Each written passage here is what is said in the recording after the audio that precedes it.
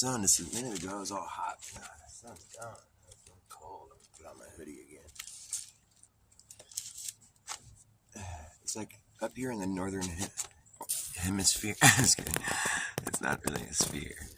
Up here in the northern regions, I mean, out here, over here in the northern regions, the sun, like as soon as it, and during the winter, it's like as soon as the sun has moved away, and when you're not in the sunlight, it gets cold. It's like it's quick. Like the sun is far away. I've been tripping out. It's like, how do we have like there's so many things about the globe model that just fuck me up. And just everything about it is just so, it frustrates me because I feel like there is some good evidence or good logic behind some of it, but like for the most part, it's just insanity. I mean, I'll never be able to fully believe it again, like the way I did when I was a kid. The way we all were forced to. What's up? What area am I in? I'm in what you would call the Santa Cruz Mountains. I'm right above Silicon Valley, right above the epicenter of all the bullshit. It's beautiful here, though. I love it. In the mountains, in between San Jose and Santa Cruz. I live in this little community called Chimaquita Park.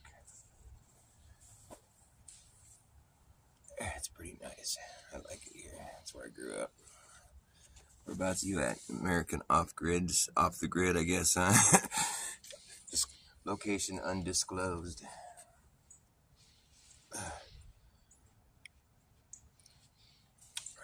Do you engage in the flat Earth discussion, or are you not interested in all that?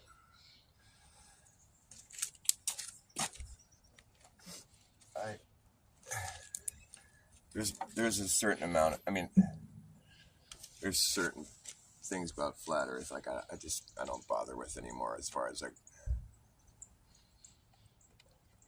as far as the discussion is concerned. I just feel like a lot of it is just redundant, people just saying the same things over, and maybe it's reaching new people or whatever, and so I guess it's important to keep talking about some of it, but some of it's been kind of proven to be just like not true or whatever. Whatever. My take on the flat Earth is that like everybody's a flat earther. They just don't. A lot of people just don't realize it, or most people don't realize it. Everybody thinks of the Earth as being a level plane, stationary plane, and it's especially the plain Earth aspect of it is like people when put to like certain thought exercises, they actually think of the Earth as being a level flat Earth, the way we all experience it. But when you're forced to like if somebody asks you a question about like, is it like as if you're taking a pop quiz or something about cosmology or whatever, the shape of the Earth, of course everybody's going to give the answer that they were taught to give. We've all been, it's like ingrained in our DNA. It's like fucking even I default to that sometimes on accident. But I realistically, like, everybody thinks of the Earth as being a level plane. Like, it's pretty interesting. Like, I've come onto this, like, sort of thought exercise, or these riddles that I've come up with, where it's like I can basically figure out if somebody's. I like doing it to people that are making fun of me for being a flat earther, or that laugh at the idea. I'll be like, well, so if I draw a circle on the ground, can you draw a smaller circle around the outside of it? No. And then I just, I take them, I walk them through it slowly. I'm like, well, what if I draw a bigger circle on the ground? Then can you draw a smaller circle around the outside of it? No.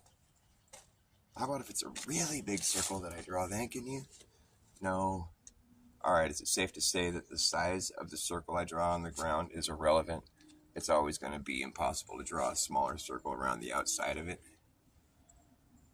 Yeah. Okay, most people, I think just about everybody would agree with me, as long as they're not like, basically everyone would agree with me, because it's fact, it's truth. You can't draw a smaller circle around the outside of another circle. If I draw a circle on the ground, it's impossible to draw a smaller circle around the outside of it. That's just an obvious fact. Okay, well, So, and it doesn't matter how big the circle I draw is, it's always going to be the same situation.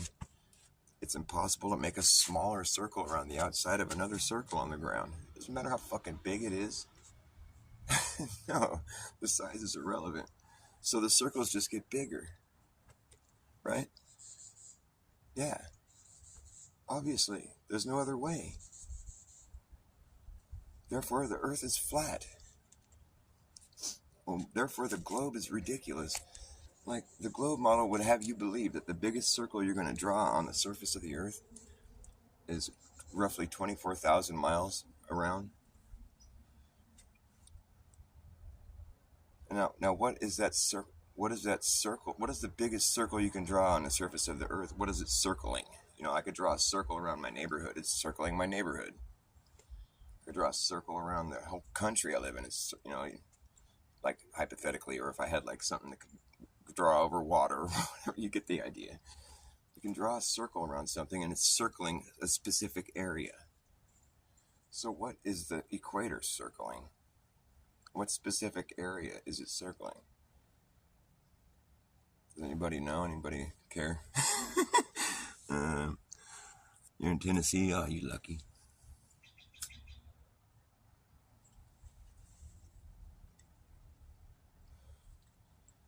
I don't know what people say to that, but I guess it's circling what? Either the northern hemisphere or the southern hemisphere?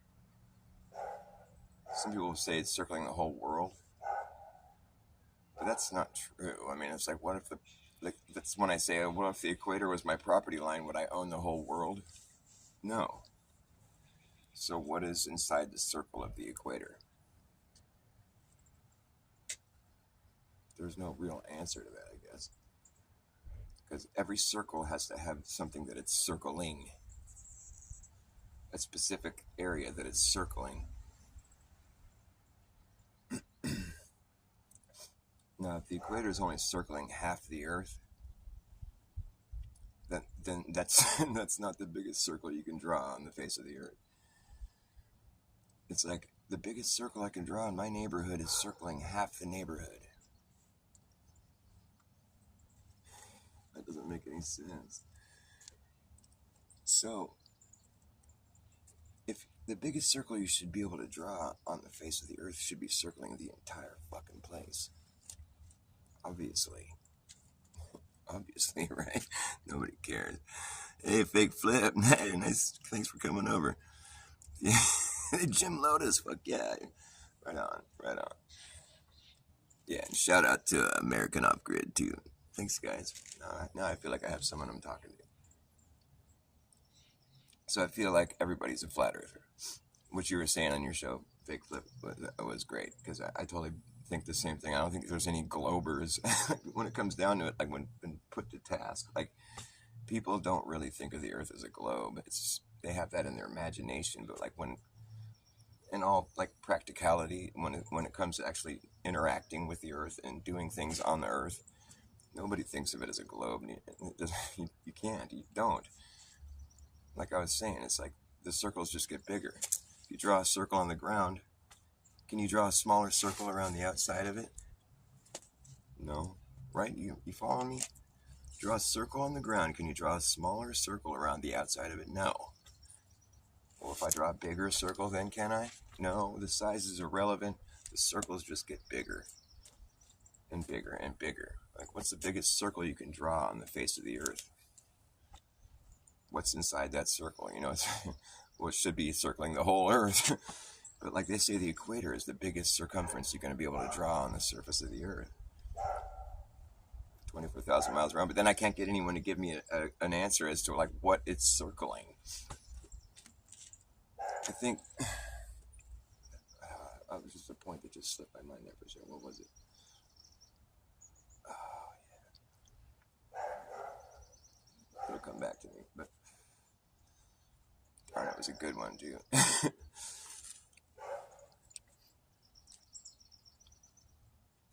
So if the circles just get bigger, like the globe, like here's the thing.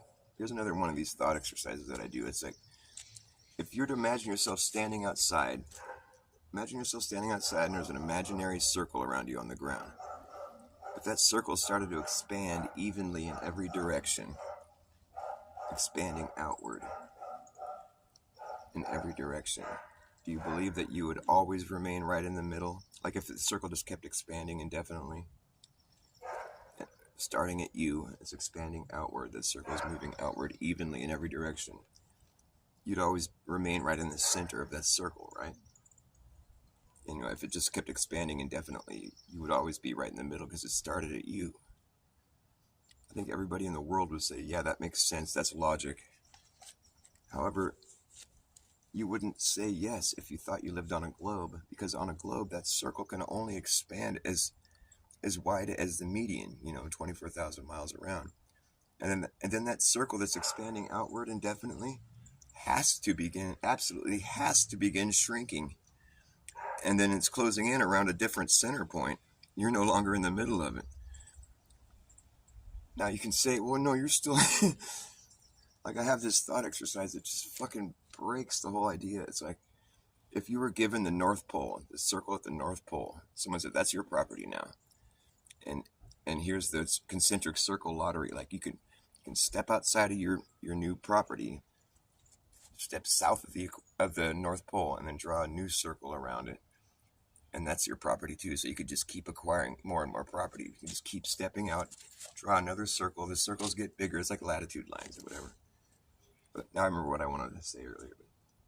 But here, let's say that your property could keep expanding indefinitely like that. You would keep drawing a new circle, like you're just drawing latitude lines, If you were to keep expanding like that indefinitely, do you think you would eventually own the whole world? Now, mind you, you only own what's inside the last circle that you drew. And you can step outside of your circle, draw another circle, so the circles keep getting bigger, right? Do you think if you kept doing that, you would eventually own the whole world? You start at the North Pole, just make bigger and bigger circles. Most people would say, yeah, I think you would eventually own the whole world. You just expand all the way out until you've got it, you own everything. But the thing is, if you only own what's in the last circle you drew, the most you would own in that thought experiment is half the world on a globe. Because once you get to the equator, if you're starting at the North Pole, you make bigger and bigger circles till you get down to the equator. That's the biggest circle you're going to make. And then after that, your circles start to get smaller. And so here's the thing, though. People would be like, well, you're not really, like, you're only circling the property that you don't own now. But no, not in this thought exercise, because you only own what's inside the last circle you drew.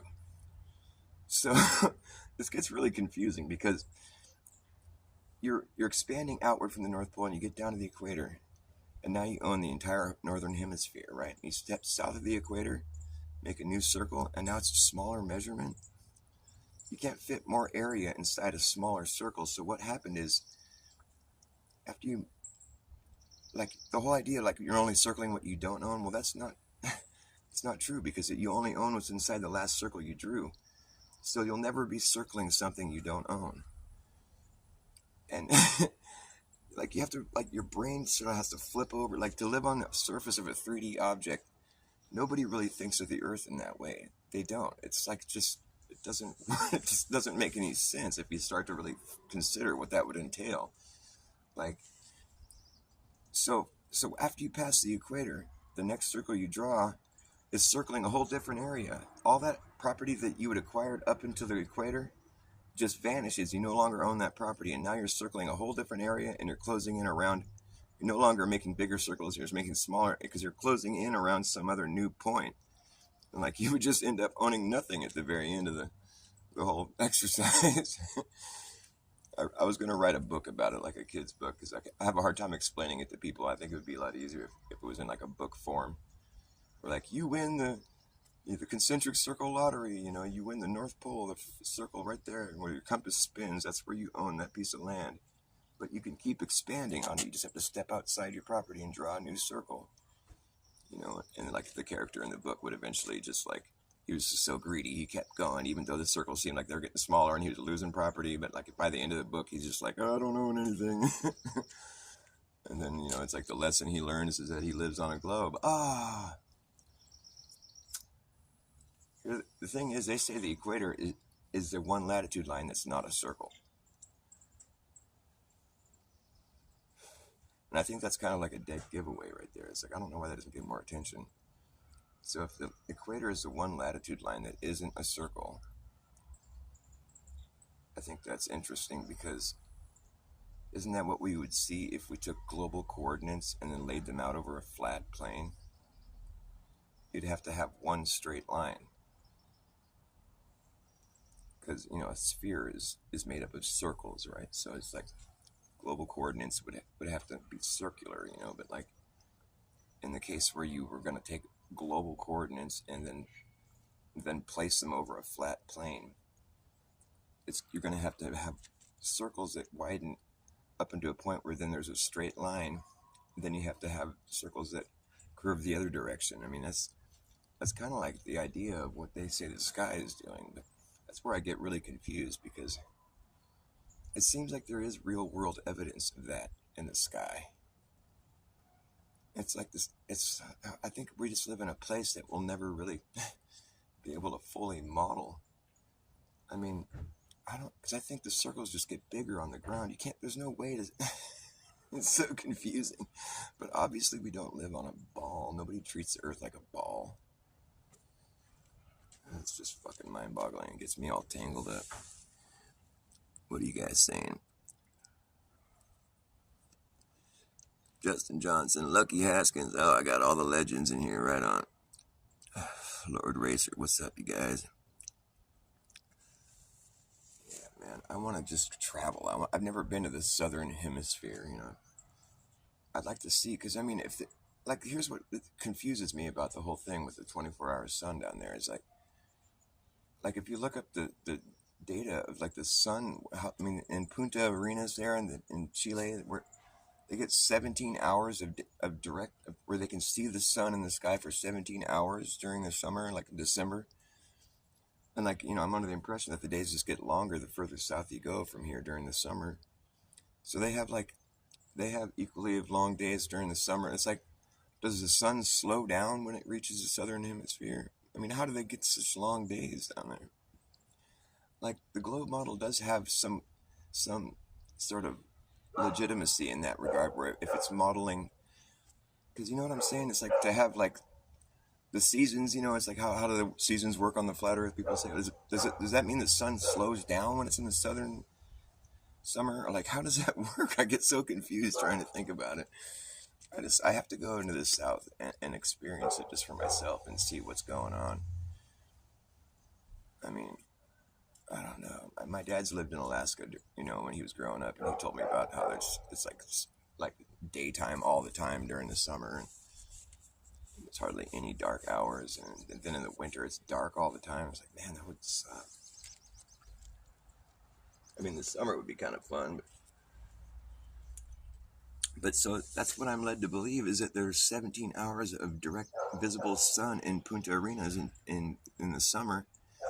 So, and the days get longer the further south you go. I mean, you'd almost think that, like, well, maybe that's true, that there is a 24-hour sun in the south. I mean, there's a 17-hour one. That's close. But, like, I don't know. I mean, it's kind of frustrating, because I'm stuck, like, not understanding something about where I live with all this. Like, it kind of leaves me all, like, confused.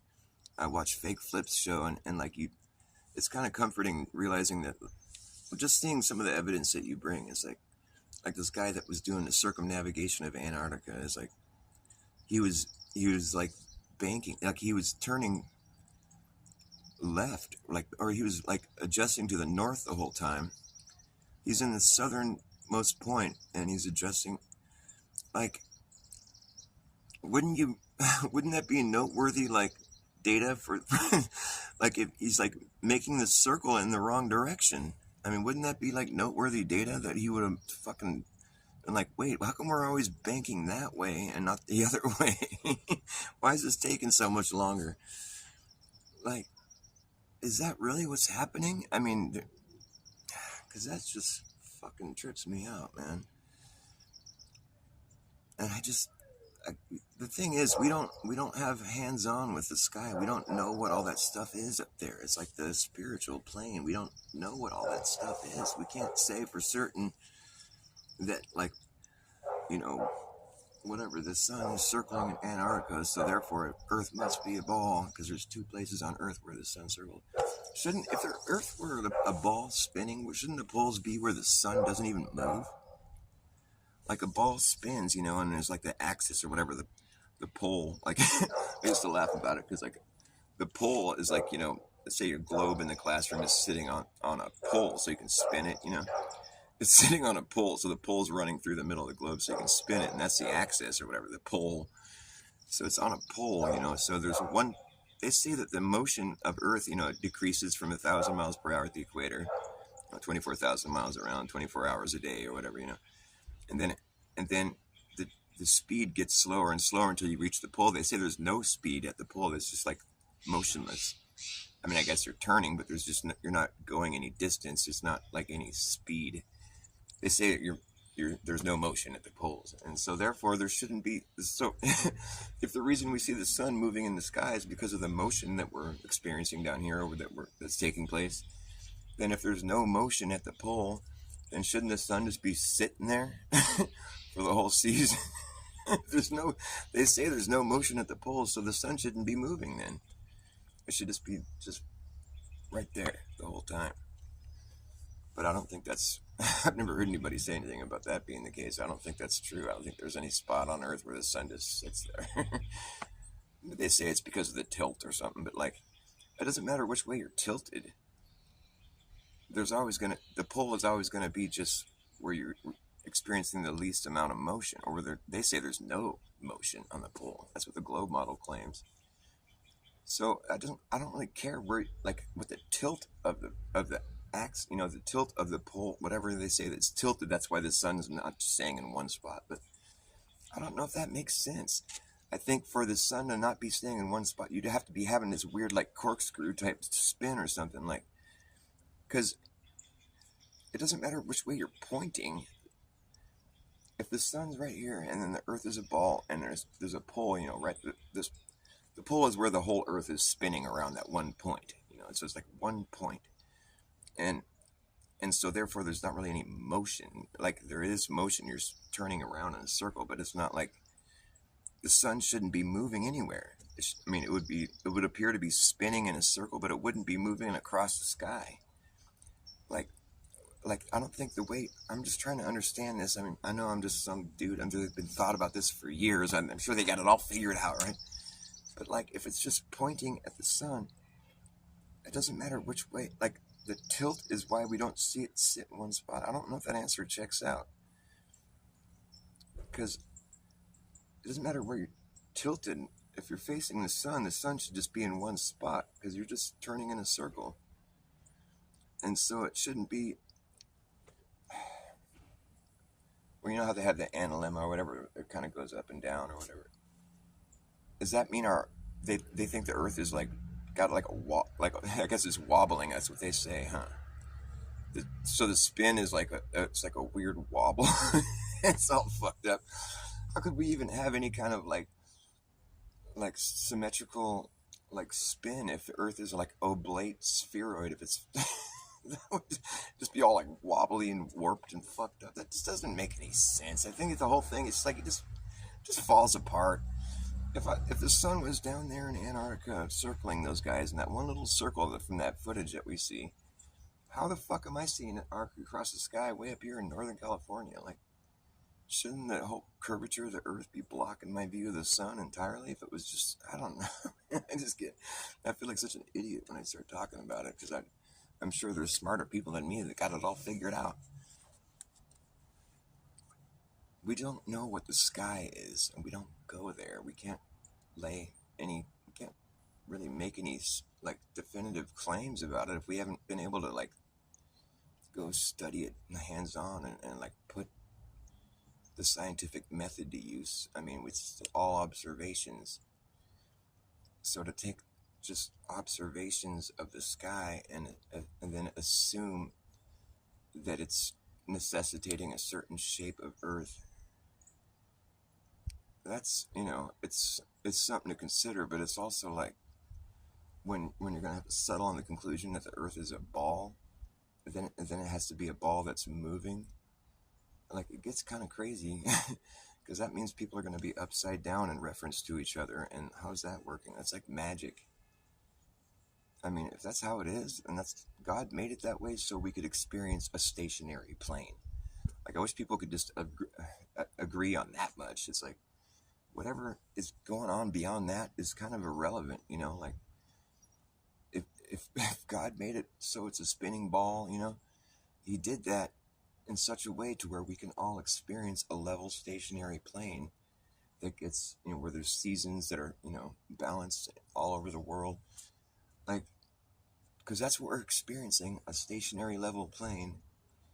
So whatever information beyond that is pretty irrelevant. It's a moot point. We don't really need to know it. It's not practical information. We don't have to factor it into our lives. All anybody really needs to know that's living here on Earth is a level stationary plane. You can take that information and that's all you need to know. Like, even if you're going to be like flying jets and helicopters off the ground and landing them, you don't need to know anything other than the fact that it's a stationary level plane, and everything will work out just fine for you. If you start confusing yourself with all the other information, the curvature and the motion, you're going to be like wasting your time. There's no reason to know all that. We got to build the runway just right to go with the motion of the Earth, and the pilots have to be trained in such a way to where they line it up right perfectly with the motion, and they land perfectly in sync with it. And like, look, they landed. It worked perfect. Look, it's great. Earth must be a globe. It's like, no, you're just wasting your time, man. You could have built the runway. The pilot could have landed it. It doesn't matter.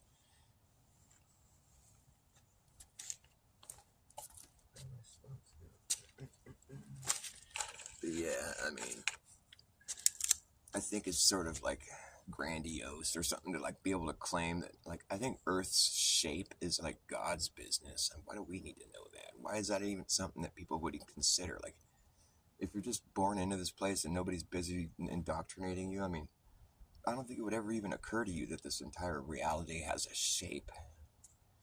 Or, I don't know. I mean, it's so funny how they indoctrinate you into thinking like, oh, the people that thought the Earth was flat thought that you would just sail off the edge and just like, why would there be an edge? What the fuck?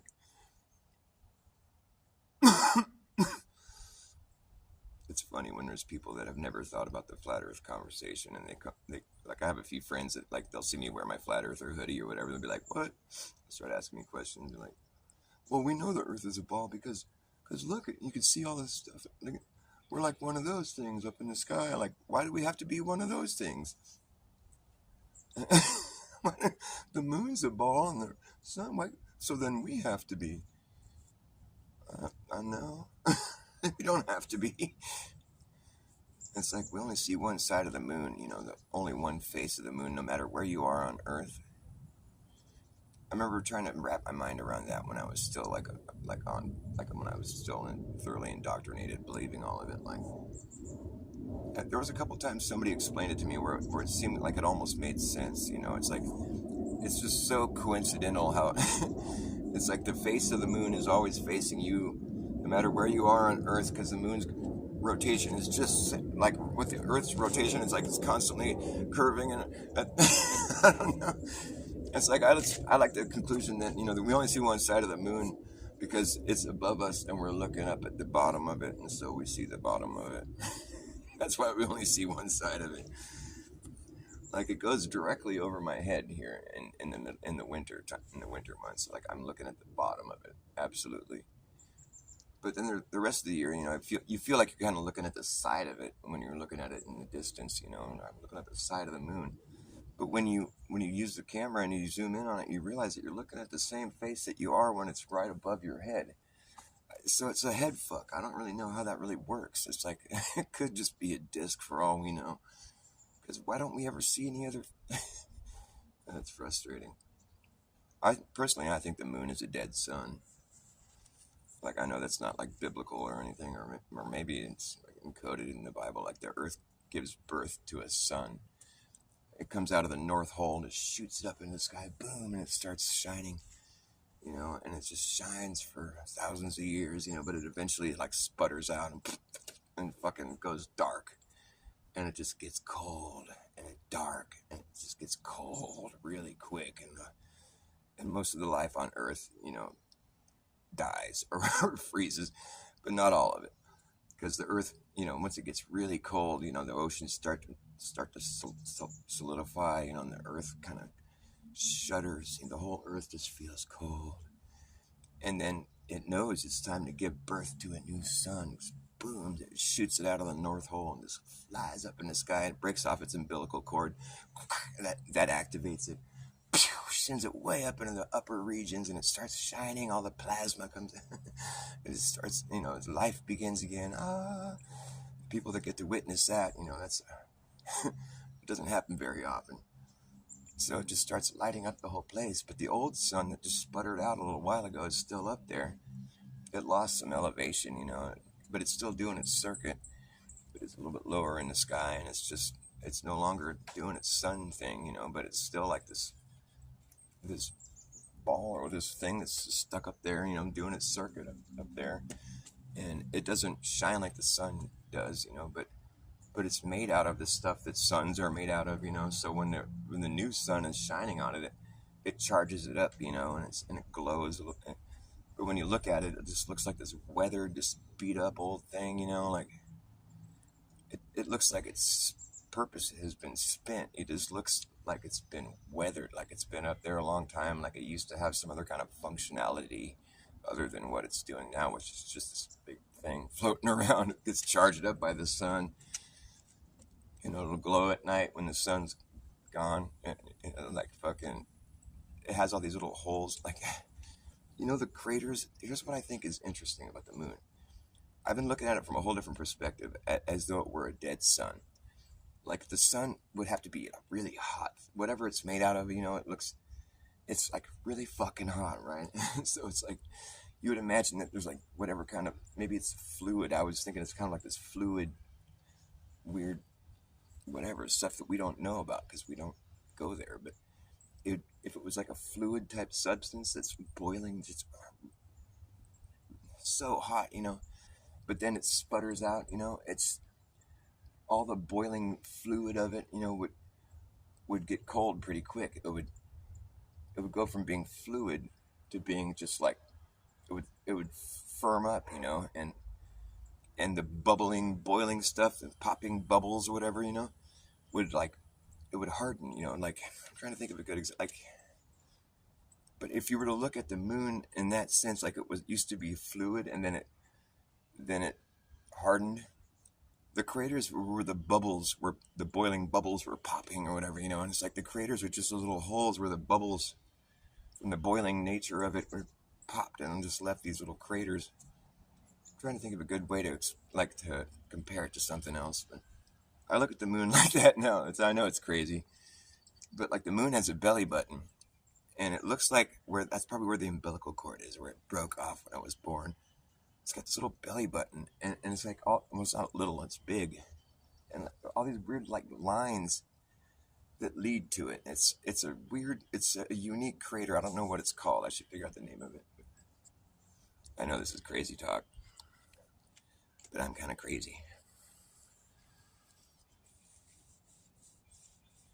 Found more Freemasonry. Our founding forefathers, they founded an empty empire. I was looking at some photographs of like the construction of the Capitol building, and I forget what state it was now. Minnesota, maybe. It's weird though, man. I don't know. I just have such a hard time believing that we had to build things like that, like back in the, like I never remember hearing about that when I was learning about our history. I don't remember I always thought we had like, sort of like a rustic, like building log cabins, little house on the prairie, like the early settlers, I don't know when we became all like this grandiose, like Roman, classical, like architecture. I just don't know how that became part of our. I don't know. Whatever. I'm not a fucking scholastic type, scholarly, fucking knowledgeable guy. I just look at that shit and I'm like, there's no wonder that there's a conspiracy that has developed around all that because it's weird. Like, why would you put the date on your building? Like, this is the date, 1812.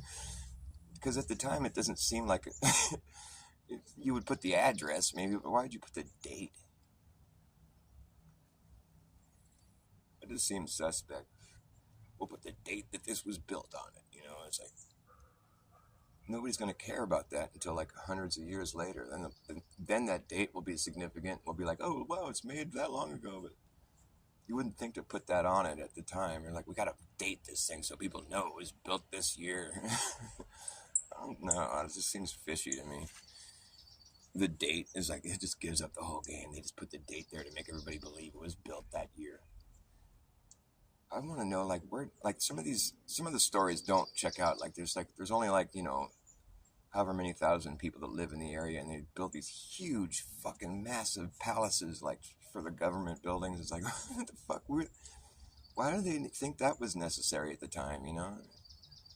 Like the cities and the government buildings, they're designed in such a way to where they had already imagined this place to be the place that it is today. Like back when there wasn't that many people.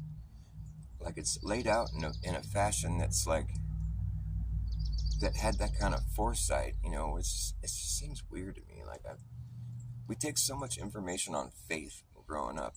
Like we just.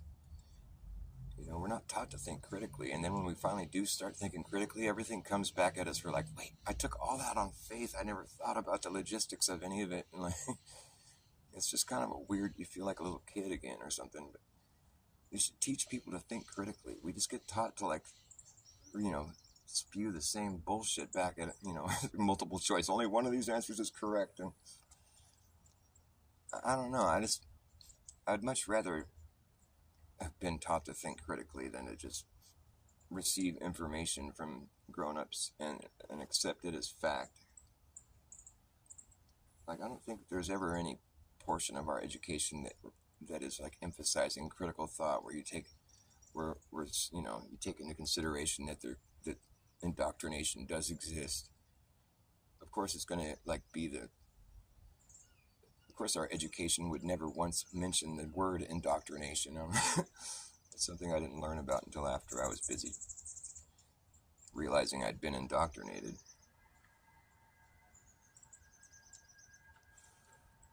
I think one of the main things about flat Earth that really caught my interest when I was first discovering it was the fact that there's no north-south circumnavigation ever, and there's thousands of flights that happen every day, but all the great circle routes it's all east-west, west-east. There's never any north-south ones, and you think if Earth was a ball the way they say it is, and that people would be circumnavigating in any which way. It wouldn't matter. It wouldn't be like one favored direction and then another one that's just never you don't see any flights going that way, and it's never been done.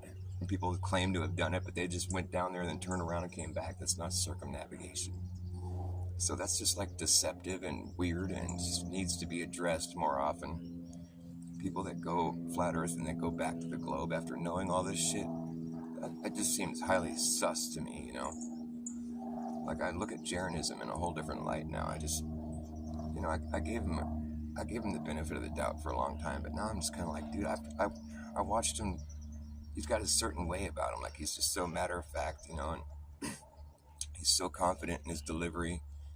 And I watched him just flip it just overnight. It seemed like he was making the confident claims that a flat earther does, and all these, he's got a great presentation he does, and he just breaks it all down, tells a really compelling argument, and with real world facts, and just gets it all all presented all nicely, and you're like, wow, yeah, it's compelling. Then he comes back, on a month later, and he's making the complete opposite argument with the same compelling delivery and confidence, and it's like, what the fuck are you doing, man? You're giving your audience mental whiplash. That doesn't. It's just so weird that you could just flip it like that and just come back with the same mannerisms, but just making the complete opposite argument.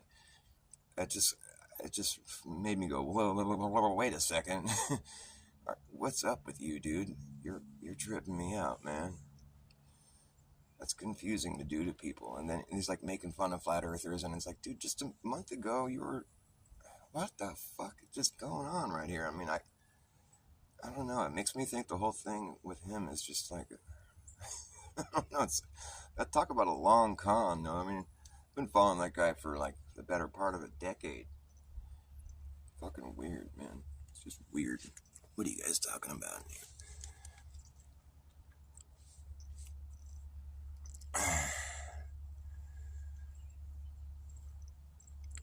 There's only so much lying they can do, though.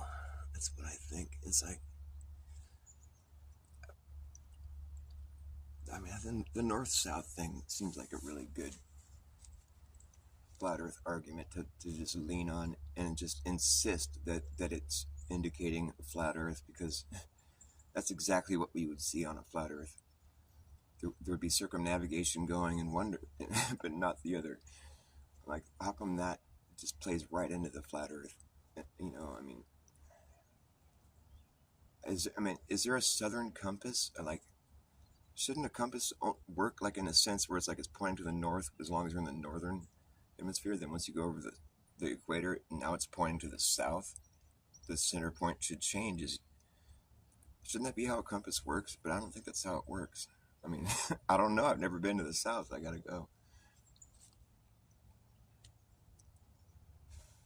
I mean, technically, it's all south. Like, if the compass is working the way I think it is, like it's pointing at this one location that's north or whatever, I guess that location would be where the compass is spinning when you finally get there. But that's just a small little location, I would think, and then the rest of it is just south. It's all south.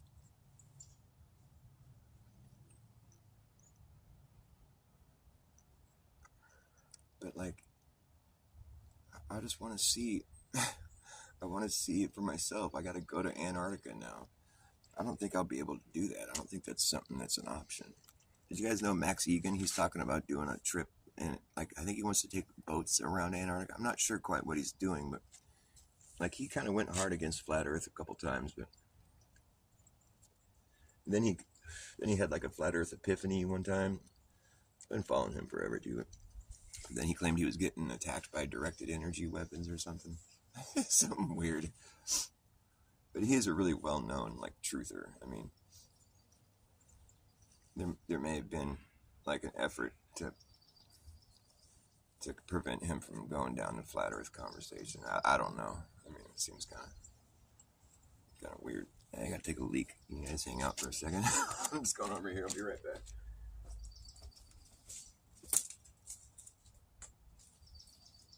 Wasn't rolling so long. Wherever he lay flat was his home. They say he rolled away one cold, cold day. You know he's out there rolling, still rolling down this hill. The further he rolled, the bigger he got. Until he got so big that he could not stop. Roll on, Papa.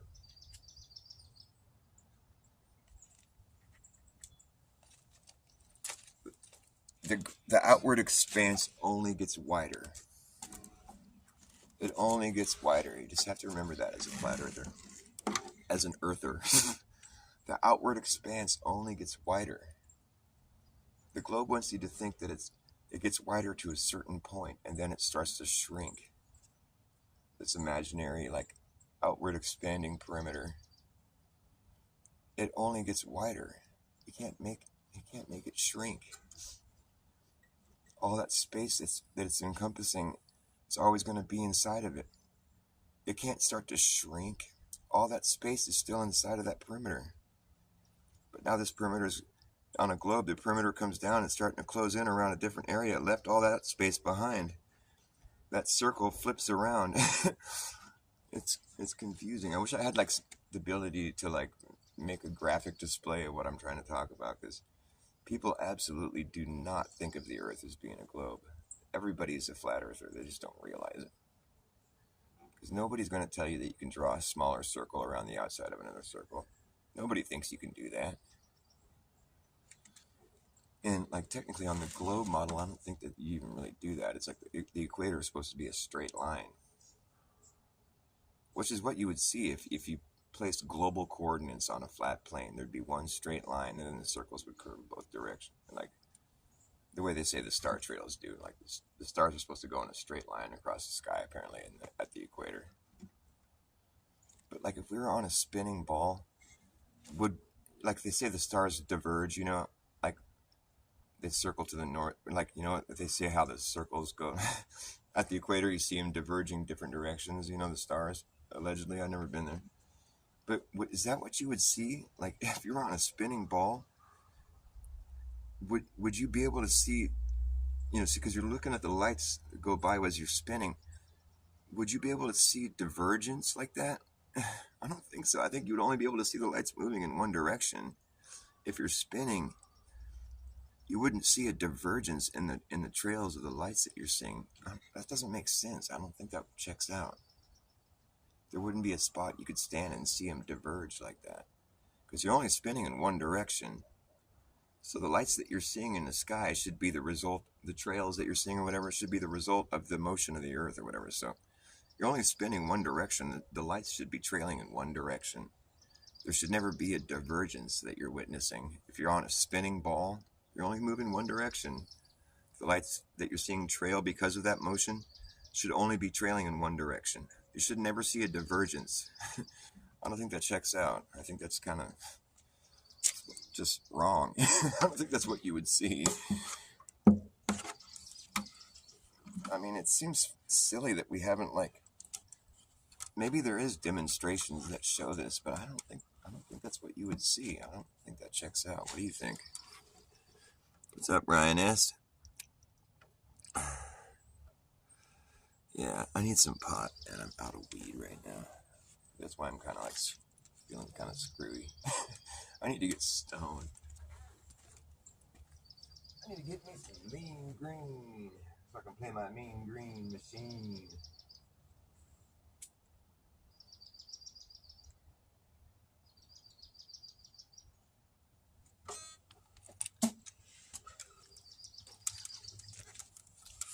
I think I might be ready for a psychedelic trip one of these days soon. I forget, like there's a large portion of my life where I was doing a lot of psychedelics, and it's like the psychedelic trip kind of shows you that reality is supernatural. Like it's sort of like you can open a door to the supernatural when you take a psychedelic drug. Like things start to happen that just, I mean, I could tell so many stories that would blow your mind. I just get so overwhelmed. I mean, there's so many stories I have where things happened to me while I was tripping that just, there's no way to explain it other than just like supernatural, like divine intervention.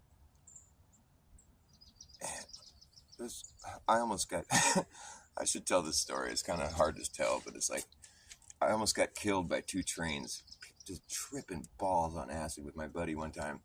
We were up in Sacramento to see a Grateful Dead concert, and we got there the night before, so we were in the Grateful Dead lot, you know, during the day. It was really hot in the summer, and the show wasn't until that night. We had to spend the whole day out in this hot parking lot. It was just like, we got really high on acid right first thing in the morning. Someone came by and like dripped a puddle of liquid in my hand. I was just fucked up, me and my buddy, and it was just so hot. It was miserable, and we're like, but we remembered seeing on the drive in there was a river. It's like the Sacramento River or something. Like, let's go find that river that we drove by on the way and then go swimming, you know. Fuck yeah. So we start walking towards it, you know, and it took a while to get out there. We had to go into the highway and then just walk through this like meadow kind of place. It was like really hot, like dry area. And I remember seeing a train trestle like bridge that went over the river. So we finally got to the spot where there's train tracks. There's 2 sets of train tracks, two train tracks, 2 sets of them, you know. And so I was like, oh yeah, there was a train bridge that went over the river. I think we can follow the train tracks down to the water, you know, which is what we did. And we walked down these train tracks and we got to this big ass bridge that went over the river there. And we're like, we could see there was like a nice swimming hole on the other side of the river. So we're like, okay, let's cross the bridge and we'll go down there and go swimming. And so we're like about halfway across the bridge. We're just taking our time, crossing this bridge. And hello. And we look down at the, we're just kicking it.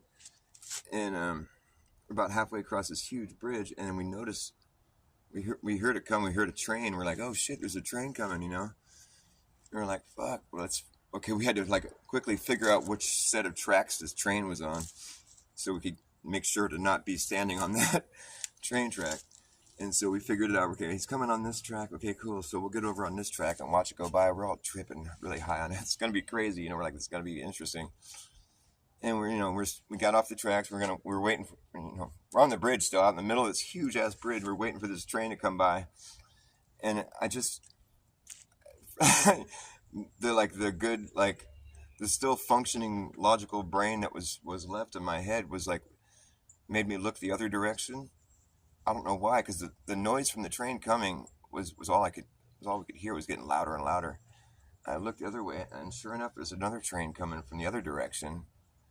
These trains are due to pass each other in the middle of this bridge, right where we were standing. I mean, it's like the timing couldn't have been any worse. We're standing in the middle of this huge fucking bridge. One train's coming, another train's coming.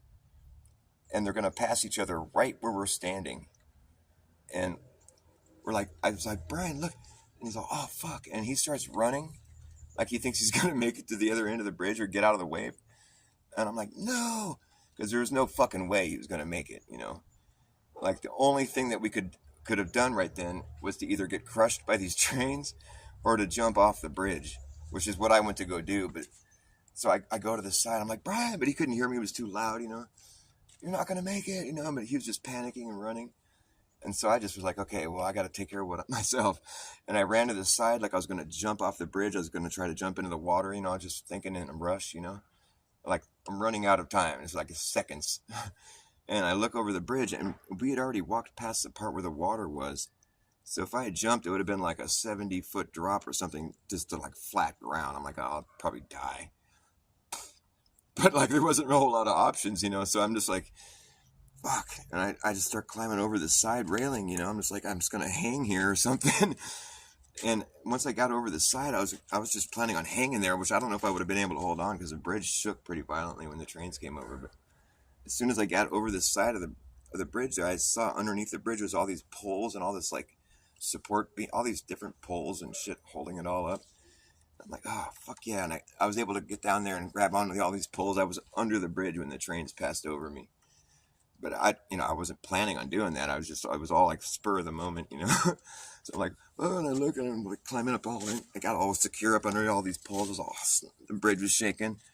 And then I thought about my friend, and I looked down and he had done the same thing, but on the next one down, I was like, thank God you got out of the way in time. Because there wasn't anywhere, I don't know why they made a bridge like that where it was just so dangerous. But like, that's the kind of thing that happens when you're tripping, like you end up in the one spot, like that. It's just the worst. Like it couldn't have been a worse location to be in. The trains are set to pass each other right where you're standing. There's no other wiggle room. You have to either jump off or just get killed. But there was one other option that I didn't foresee that option until I got off the side of the bridge where I was just going to hang. I was thinking I was just going to hang there. But then there was all these poles and stuff, so I could crawl underneath. I was all like secure when the trains passed over. It's kind of an exhausting story to tell. It's stressful. We got back to the dead lot after that. We're just like, dude, we almost got killed by 2 trains. People are like, shut up. No, really. It was an experience to be had for sure. Good times. Oh, man. I'm just glad I didn't get run over. I don't know if the people driving the trains might have seen us because it was close, man. It was really close.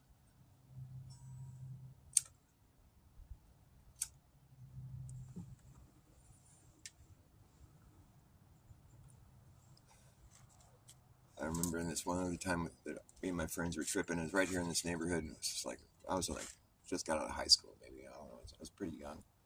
But we were down in this one canyon around the corner here, and we just spent most of our trip. It was at night, and we were just like sitting in this one spot looking at this tree, and we were just like, watching it melt and whatever, just having a standard LSD trip. But we were looking at this one tree. We were like poised in this one spot where we watched the moon go by, and we were just staring at this one tree for the whole trip, pretty much, just talking about it and just whatever, tripping, and fucking.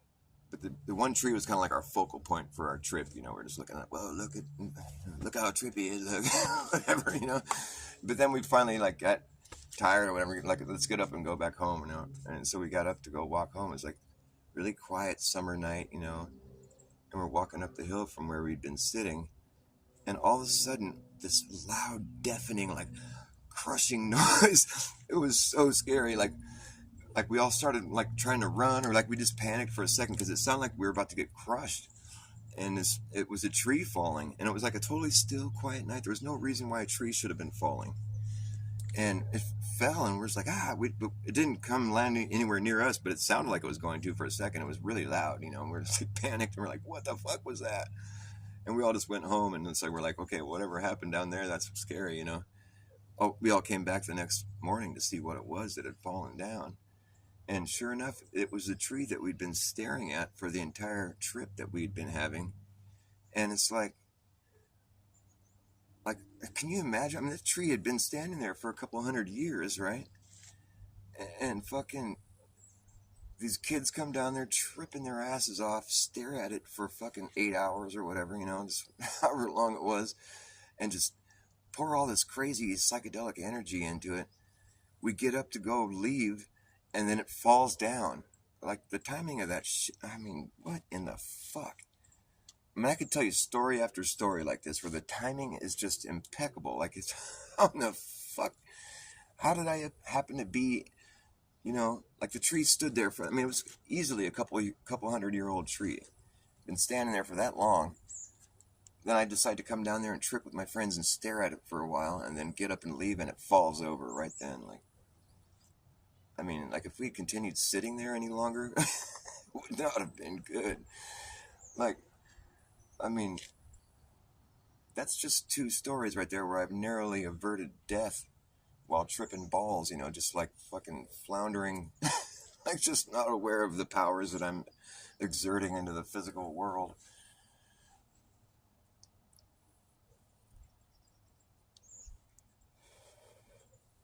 I met the first time I ever took acid, I met the mother of my first child.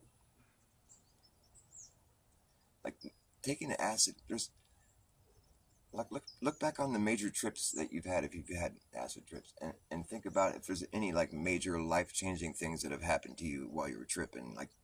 It's sort of, I think it kind of, you can kick off some serious real world events just by taking psychedelic. It's a door into the supernatural. It shows you that we're busy living in a supernatural reality. We have powers, and we've just been conditioned to think a certain way, and it kind of dulls everything down, puts you in a sort of materialistic sort of it's just a dumbed down way of seeing the world. But it is kind of necessary on one level. It's because there's so many mysteries, and just the reality of the situation is staring us in the face constantly. It's kind of overbearing. If you just were to think about the weirdness of it all, it's constantly, it would drive you insane. But taking psychedelics kind of breaks down that conditioning and sort of rearrange it and just kind of scrubs it, and you're able to see things with a fresh set of eyes, and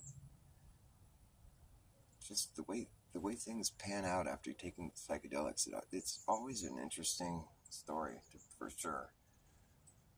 I could talk for hours about it, but I'm not feeling all collected. I feel kind of scatterbrained right now, so I don't want to get too out there. I think I might play a song that might help me focus a little better. But what song am I gonna play?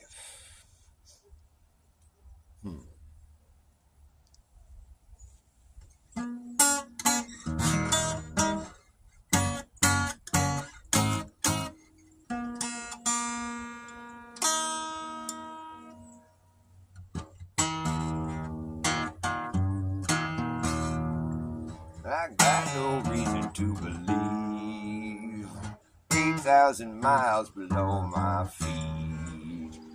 There's some people driving down the street and they're upside down. Got no reason to believe 8,000 miles below my feet. People are upside down driving down the street. That sounds like some bullshit.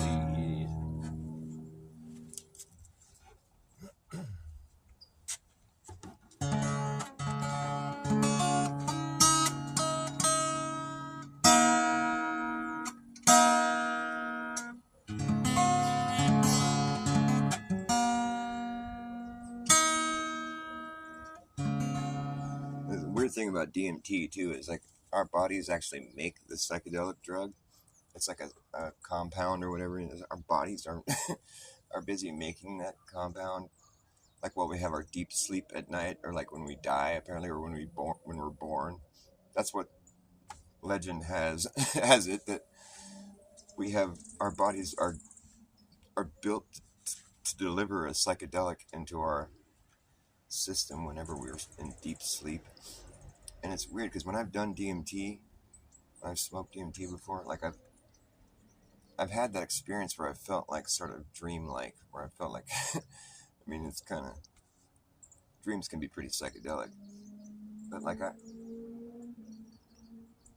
think that just deserves more attention. I mean, it's not like it's not like a drug to go party with. It's like part of our physical makeup.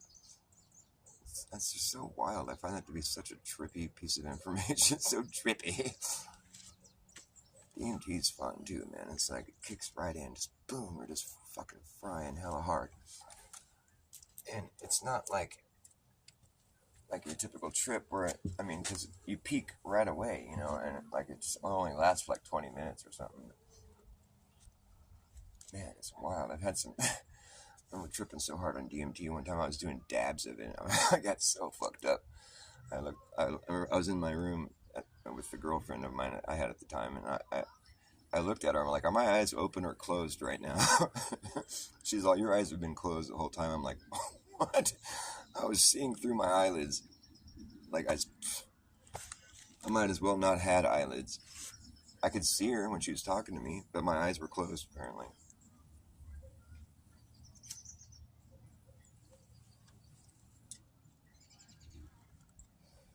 My friend told me about this. I asked him one time if he ever had a shared hallucination with other people, and he said, yeah, one time. I was riding my bike. I forget where he was riding his bike, but he's riding his bike down this river trail somewhere, riding his bike, and he saw these kids hanging out down by the creek or something. He's all, what's up, guys? They're like, hey, you want to smoke some DMT? And he's all, fuck yeah. He gets down there, there's like 4 or 5 guys down there. He doesn't know any of them. And they all smoke some DMT, and they get fucked up. And it's just like a weird vibe, And he says, all of a sudden,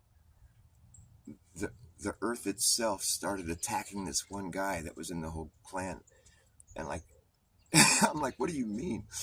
And he's like, the guy fell on the ground, and like everything was on the ground, like rocks and sticks, and it all came to life and started attacking him. Like, these are like, the rocks looked like little Pac-Man, like they had like teeth, and they were biting him and like attacking him and jumping on him and all. I was like, what, dude?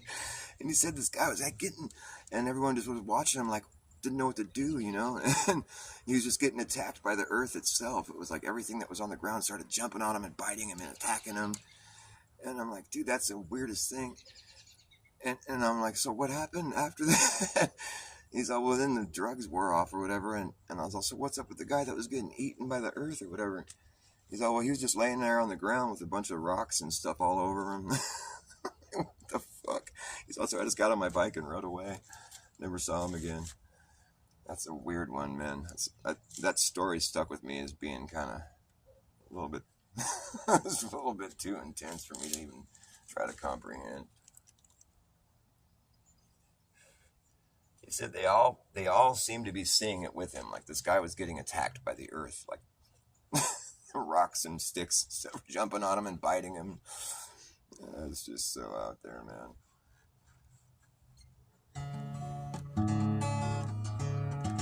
I guess he doesn't really know if he shared the hallucinations, but it seemed like they were all seeing the same thing. Because he just took off after it was over. Nobody said anything. Like, that's weird, dude. That's more than weird.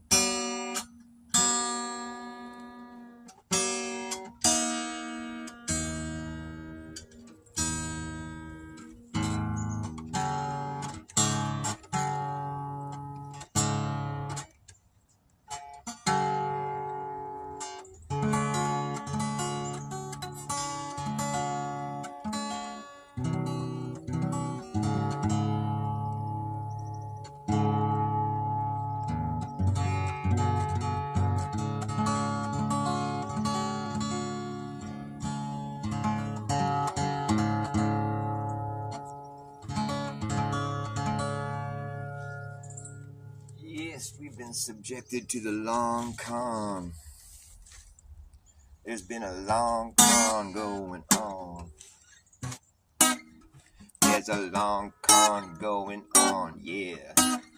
Do you know about this long con that's been going on? It's a long, long, long, long ongoing con. It's been going on a long time. It's just wrong. I don't know, let me think of a song to play here. The long ongoing con.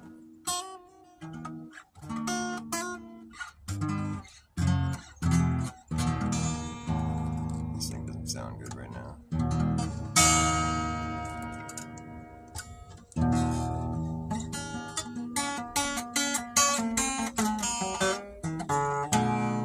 Yeah, Papa was a rolling snowball. Wherever he lay flat was his home. They say he rolled away one cold, cold day. You know he's out there rolling still, rolling down this hill. The further he rolled, the bigger he got, until he got so big that he could not stop. Hold on, Papa. Ooh, yeah. Papa was a rolling snowball. Wherever he lay flat was his home. Yes, he rolled away one cold, cold day. You know he's out there rolling still, rolling down this hill. He burst through the front door, proceeded to melt into a puddle on the floor. Then Mama came in and mopped his ass up. Roll on, Papa. Woo, yeah.